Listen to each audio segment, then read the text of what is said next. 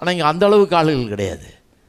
அதனால் திருடுறவர்கள் திருடாமல் வேலை செய்ய கடவுள்னா, ஐயோ நான் திருடலப்பா, நான் இன்றைக்கி திருடுனது இல்லை. 9 மணிக்கு போக வேண்டிய வேலைக்கு 10 மணிக்கு போனால் 1 மணி நேரத்தை திருடிட்டீங்க. 10 மணிக்கு போனால் 1 மணி நேரத்தை ஏற்கனவே திருடிட்டீங்களே. அந்த 1 மணி நேரத்துக்கு வேறு சம்பளத்தையும் குறி வச்சு வாங்கியாச்சு. அப்போ சம்பளத்தையும் திருடியாச்சு, நேரத்தையும் திருடியாச்சு, ப்ரொடக்டிவிட்டியும் திருடியாச்சு. அங்கே செய்ய வேண்டிய வேலை உங்களால் ஆகலை, ப்ரொடக்டிவிட்டி எஃபெக்டிவ்னஸ் எல்லாம் திருடியாச்சு.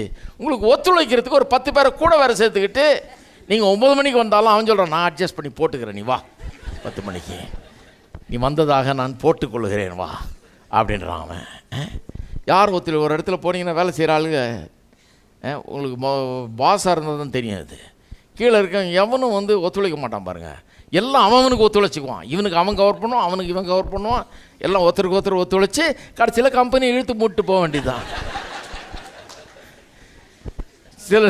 சில ஊர்களில் கம்பெனியே உருப்படாமல் போகிறது, வளராமல் போகிறது, லாபம் அடையாமல் போகிறது, பெரிய எஃபெக்டிவாக செய்ய முடியாமல் போகிறது, வெற்றிகரமாக காரியங்கள் நடக்க முடியாமல் போகிறதுக்கு வேலை செய்கிறவர்கள காரணம். இவங்களே திருடிட்டாங்க எல்லாத்தையும். நான் எங்கெங்க திருடினேன்? இல்லை, நீங்கள் ஒன்றும் ட்ராயரில் கை விட்டு ஒன்று காசு எடுத்துடல. இந்த மாதிரி திருட்டு தினந்தோறும் நடக்குது. ஹலோ, அந்த திருட்டை பற்றி தான் பேசிகிட்டு இருக்கிறேன் நான். திருடாமல் வேலை செய்ய கடவன்.